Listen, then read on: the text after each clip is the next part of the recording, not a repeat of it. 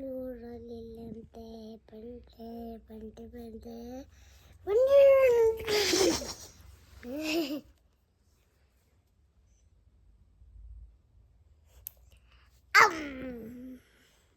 Good morning.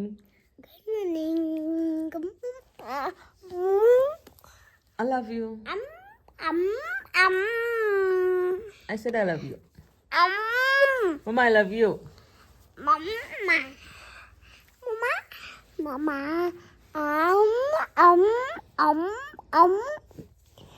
ಅಮ್ಮ ನಂಗೆ ನೀನು ಬೇಡ.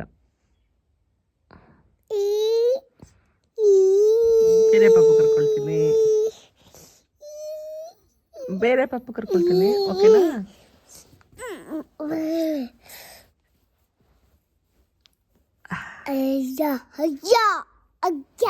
Welcome back to Fit with TV YouTube channel. ಇವತ್ತು ಮಳೆ ಇದ್ದ ಕಾರಣ ವಾಕ್ ಅಂತೂ ಹೋಗಲಿಲ್ಲ, ಮನೇಲೇ ವಾಕ್ ಮಾಡೋಕ್ಕೆ ಶುರು ಮಾಡೋಣ ಅಂದ್ಕೊಂಡೆ. ಸೊ ಮನೇಲಿ ವಾಕ್ ಮಾಡೋಣ ಅಂದ್ಕೊಂಡೆ. ಮೇಡಮ್ ಅವ್ರು ಆಲ್ರೆಡಿ ಡ್ಯಾನ್ಸ್ ಮಾಡ್ತಾ ಇದ್ದಾರೆ. ಸೊ ನಾನು ಹೇಗೆ ವಿಡಿಯೋ ಮಾಡ್ತೀನಿ ಅದನ್ನು ನೋಡ್ಕೊಂಡು ಅವಳು ವಿಡಿಯೋ ಮಾಡೋಕ್ಕೆ ಶುರು ಮಾಡಿದ್ದಾಳೆ, ಹಾಗೆ ಹಿಂಗೆ ಡ್ಯಾನ್ಸ್ ಅಂತ. ಬೆಳಗ್ಗೆ ಎದ್ದ ತಕ್ಷಣ ಕುತ್ಕೊಂಡು ಬಿಸಿನೀರು ಕುಡಿಲಿಲ್ಲ, ಅವಳು ಡ್ಯಾನ್ಸ್ ನೋಡಿದ್ದೆ ಆಯ್ತು ನನಗೆ. ಅಮ್ಮ ನಾನು ಡ್ಯಾನ್ಸ್ ನೋಡ್ತೀನಿ, ವೀಡಿಯೋ ಮಾಡ್ತೀನಿ, ನೀನು ನೋಡಬೇಕಂತ ಕೂರಿಸ್ಕೊಬಿಟ್ಲು. ನಾನು ಆಯ್ತಮ್ಮ ಅಂದ್ಬಿಟ್ಟು ಬಿಸಿನೀರು ಕೂಡ ಕುಡಿಯೋಕ್ಕೆ ಹೋಗಿರಲಿಲ್ಲ, ಡ್ಯಾನ್ಸ್ ಮಾಡ್ತಾಯಿದ್ಲ. ಸೊ ಈ ರೀಲ್ಗಳು ಬರುತ್ತಲ್ಲ ಅದನ್ನು ಅವಾಗವಾಗ ನೋಡಿರ್ತಾಳೆ ನನ್ನ ಫೋನಲ್ಲಿ. ಅವಳಂತೂ ನೋಡಲ್ಲ, ನಾನು ನೋಡಬೇಕಾದ್ರೆ ಅವಳು ನೋಡಿರ್ತಾಳಲ್ಲ ಅದನ್ನು ನೆನ್ಪಿಟ್ಕೊಂಡು ಅವಳು ಡ್ಯಾನ್ಸ್ ಮಾಡ್ತಾ ಇರ್ತಾಳೆ. ನಾನು ಟೈಮಲ್ಲಿ ಅಂತೀನಿ, ನಿನ್ಗೆ ಈ ಹುಚ್ಚು ಬೇಡ ಮಗಳೇ, ಯಾವಾಗಲೂ ಓದೋ ಕಡೆ ಇದ್ರ ಕಡೆ ಗಮನ ಇರಲಿ ಅಂತ. ಬಟ್ ಆದರೂ ಅವಳು ಡ್ಯಾನ್ಸ್ ಮಾಡೋದ್ರ ಮೇಲೆ ಜಾಸ್ತಿ ಒಲವು ತೋರಿಸ್ತಾ ಇದ್ದಾಳೆ. ಹಾಗೆ ಅವಳು ಡ್ಯಾನ್ಸ್ ನೋಡಿಕೊಂಡು ನಾನು ಬಿಸಿನೀರು ಕುಡಿತಾ ಕೂತಿದ್ದೆ. ವಾಕ್ ಹೋಗೋಣ ಅಂದರೆ ಖಂಡಿತ ಮಳೆ, ಹೊರಗಡೆ ಅಂತೂ ಕಾಲಿಡೋಕ್ಕೆ ಆಗಲ್ಲ, ಅಷ್ಟು ಚಳಿ ಇರುತ್ತೆ, ಮಳೆ ಇರುತ್ತೆ. ಸೊ ಬ್ರೇಕ್ಫಾಸ್ಟಿಗೆ ನಾನು ಮಶ್ರೂಮ್ ಪಲಾವ್ ಮಾಡಿದ್ದೆ, ಜೊತೆಗೆ ಎಗ್ ಹಾಗೆ ಕುಕುಂಬರ್ ತೊಗೊಂಡೆ. ಮಶ್ರೂಮ್ ಪಲಾವ್ ಅಂತೂ ಯಮ್ಮಿ ಆಗಿತ್ತು, ನೋಡೋಕೆ ಅಷ್ಟು ಚೆನ್ನಾಗಿ ಕಾಣ್ತಿದೆ, ಟೇಸ್ಟು ಕೂಡ ಅಷ್ಟೇ ಚೆನ್ನಾಗಿತ್ತು. ನಾನು ಹೆಚ್ಚಿಗೆ ಮಸಾಲ ಹಾಕಲ್ಲ, ಸಿಂಪಲಾಗಿ ನನಗೆ 15 ಮಿನಿಟ್ಸ್ ಆ 20 ಮಿನಿಟ್ಸಲ್ಲಿ ಕುಕ್ಕಿಂಗ್ ಆಗೋಗ್ಬಿಡಬೇಕು, ಆ ಥರನೇ ಯಾವಾಗಲೂ ನಾನು ಕುಕ್ಕಿಂಗ್ ಮಾಡ್ಕೊಳ್ಳೋದು. ನಾನು ಜಾಸ್ತಿ ಡ್ರೆಸ್ಸಿಂಗ್ ಎಲ್ಲ ಮಾಡೋಕ್ಕಾಗಲ್ಲ ಕುಕ್ಕಿಂಗಿಗೆ. ಸೊ ಮಳೆ ಬರ್ತಾಯಿದೆ, ನನ್ನ ಮಗಳು ಆಲ್ರೆಡಿ ಡ್ಯಾನ್ಸ್ ಮಾಡೋಕ್ಕೆ ಶುರು ಮಾಡಿಬಿಟ್ಟಿದ್ದಾಳೆ. ಚೆನ್ನಾಗಿದೆ, ಮಳೆ ಬರ್ತಾಯಿದೆ, ವಾ ಅಂದ್ಕೊಂಡು. ಎಷ್ಟು ಕರೆದ್ರೂ ಬರ್ತಾಯಿಲ್ಲ. ಈ ಥರ ವೆದರ್ ಇತ್ತು ಅಂತಂದರೆ ಬಟ್ಟೆ ಒಣಗೋಕ್ಕೂ ಕಷ್ಟ, ಕೆಲಸ ಮಾಡೋಕ್ಕೂ ಕಷ್ಟ, ಊಟ ಮಾಡು, ತಿಂಡಿ ತಿನ್ನು, ನಿದ್ದೆ ಮಾಡು, ಇಷ್ಟೇ ಆಗಿರುತ್ತೆ ನಮಗಂತೂ. ಸೊ ಸ್ನ್ಯಾಕ್ಸ್ ಟೈಮ್ ಆಗಿತ್ತು. ನಾನು ಆ್ಯಸ್ ಯೂಶ್ವಲ್ ಪಪ್ಪಾಯ ಸ್ಮೂದಿ ತೊಗೊಂಡೆ. ತುಂಬ ಜನ ಕೇಳ್ತಾ ಇದ್ದೀರಾ ಈ ಜ್ಯೂಸರ್ ಲಿಂಕು, ಬಟ್ ಇದು ನಾನು ತೊಗೊಂಡು ಆಲ್ಮೋಸ್ಟ್ 6 ಇಯರ್ಸ್ ಮೇಲಾಗಿದೆ. ನಾನು ಸರ್ಚ್ ಮಾಡಿದೆ, ಬಟ್ ಅದು ಸಿಗಲಿಲ್ಲ ನನಗೆ. ನಾನು ಯೂಸ್ ಮಾಡೋದು ಪಿಸಾನವ್ರದ್ದು. ನೀವು ಕೂಡ ಯಾವ ಜ್ಯೂಸರ್ ಆದರೂ ಯೂಸ್ ಮಾಡ್ಬೋದು, ನಮಗೇನು ಸ್ಮೂತಿ ಆದರೆ ಸಾಕಲ್ವಾ. ಸೊ ಅದು ಇದು ಅಂತ ಅಲ್ಲ, ನಾನು ಯೂಸ್ ಮಾಡಿದ್ದೇ ಮಾಡಬೇಕಂತ ಏನಿಲ್ಲ, ನಿಮ್ಗೆ ಯಾವ್ದು ಕಂಫರ್ಟ್ ಇರುತ್ತೆ ಅದು ತೊಗೊಳ್ಬಹುದು. ಸೊ ಆಲ್ರೆಡಿ ನಾನು ಮೊಬೈಲ್ ನೋಡ್ಕೊಂಡು ಮೀನ್ಸ್ ಕ್ಲೈಂಟ್ ಜೊತೆ ಮೆಸೇಜ್ ಮಾಡಿಕೊಂಡೆ ವಾಕ್ ಮಾಡ್ತಾಯಿದ್ದೀನಿ. ಯಾವಾಗ ಫ್ರೀ ಇರ್ತೀನಿ, ಲೈಕ್ ಕೆಲಸ ಇರೋಲ್ಲ, ಆವಾಗ ವಾಕ್ ಮಾಡೋದೇ ನನ್ನ ಕೆಲಸ ಆಗಿರುತ್ತೆ. ಯಾವಾಗಲೂ ಅಂತಂದರೆ ದಿನಕ್ಕೆ ಒಂದು 8,000 to 10,000 ಸ್ಟೆಪ್ಸ್ ಅಷ್ಟೇ ಕಂಪ್ಲೀಟ್ ಮಾಡೋಕ್ಕಾಗ್ತಾ ಇರೋದು ಇವಾಗ. ಮೇಡಮ್ ಅವ್ರನ್ನ ನಿದ್ದೆ ಮಾಡಿಸ್ಬೇಕು ಅನ್ನೋದೇ ಅರ ಸಾಹಸ ನಮಗೆ. ಯಾಕೆದ್ದೆ?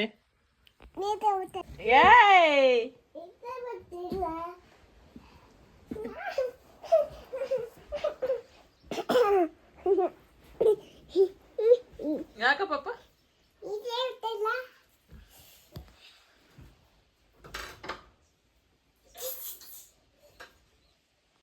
ಮಧ್ಯಾಹ್ನ ಊಟಕ್ಕೆ ಮುದ್ದೆ, ನುಗ್ಗೆ ಸೊಪ್ಪಿನ ಹೆಸರು ಕಾಳು ಪಲ್ಯ, ಉಪ್ಸಾರು, ಹಾಗೆ ಕುಕುಂಬರ್ ತೊಗೊಂಡೆ. ಸೊ ನಮ್ಮ ಕಡೆ ಉಪ್ಸಾರು ಅಂದರೆ ನಮ್ಗೆ ಸಖತ್ ಇಷ್ಟ. ಹಾಸನ ಕಡೆ ಅಷ್ಟೊಂದಾಗಿ ಮಾಡೋದಿಲ್ಲ, ಇಲ್ಲಿ ಮಸಾಲ ಸಾಂಬಾರ್ಸ್ಗಳೇ ಜಾಸ್ತಿ ಮಾಡ್ತಾರೆ. ನಂಗೆ ಮಸಾಲ ಹಾಕಿ ಸಾಂಬಾರೆಲ್ಲ ಮಾಡೋದು ಇಷ್ಟ ಅಲ್ಲ. ನಿಮ್ಮದೇ ಉಪ್ಪು ಸಾಂಬಾರಿಗೆ ಮೆಣಸಿನ್ಕಾಯಿ ಬೆಳ್ಳುಳ್ಳಿ ಹಾಕ್ಕೊಂಡು ತಿಂದರೂ ಓಕೆ, ಇಲ್ಲ ಅಂದರೆ ಖಾರ ಮಾಡ್ಕೊಂಡು ತಿಂದರೂ ಓಕೆ. ನಂಗೆ ಅದೇ ಖುಷಿ ಕೊಡೋದು. ಇವಾಗ ನಾನು ಓಲ್ ಪ್ರೆಗ್ನೆನ್ಸಿ ನಾನು ಮುದ್ದೆ ಉಪ್ಸಾರೇ ಜಾಸ್ತಿ ತಿಂದಿರೋದು. ರಾತ್ರಿ ಊಟಕ್ಕೆ ಏನಾದರೂ ಸ್ಪೆಷಲಾಗಿ ಮಾಡ್ಕೊಳ್ಳೋಣ ಹೆಲ್ದಿಯಾಗಿ ಅಂತ ಯೋಚನೆ ಮಾಡ್ತಾಯಿದ್ದೆ. ಆವಾಗ ಹೆಸ್ರುಬೇಳೆ ನುಶ್ರುಂಡೆ ಮಾಡ್ಕೋಬೋದಲ್ಲ ಅಂದ್ಕೊಂಡು ಹೆಸ್ರುಬೇಳೆ ಮತ್ತು ಕಡಲೆಬೇಳೆ ಎರಡನ್ನೂ ನೆನೆ ಹಾಕಿದ್ದೆ. ಅರೌಂಡ್ 3 hours ಅಷ್ಟೇ ನೆನೆ ಹಾಕಿದ್ದು. ನೀಟಾಗಿ ನೆಂದಿತ್ತು, ಅದು ಸ್ವಲ್ಪ ಸಪ್ರೇಟ್ ಮಾಡ್ಕೊಂಡು ನೀರೆಲ್ಲ ಹೋಗಲಿ ಅಂತ. ಅದಾದ ನಂತರ ಅದನ್ನು ಒಂದು ಮಿಕ್ಸಿ ಜಾರಿಗೆ ಹಾಕಿ ನೀರು ಹಾಕ್ದೆ ತರಿಯಾಗಿ ಲೈಕ್ ನುಣ್ಣಗಾದರೂ ಪರವಾಗಿಲ್ಲ ರುಬ್ಕೊಳ್ಳಿ, ಚೆನ್ನಾಗಿ ಬರುತ್ತೆ.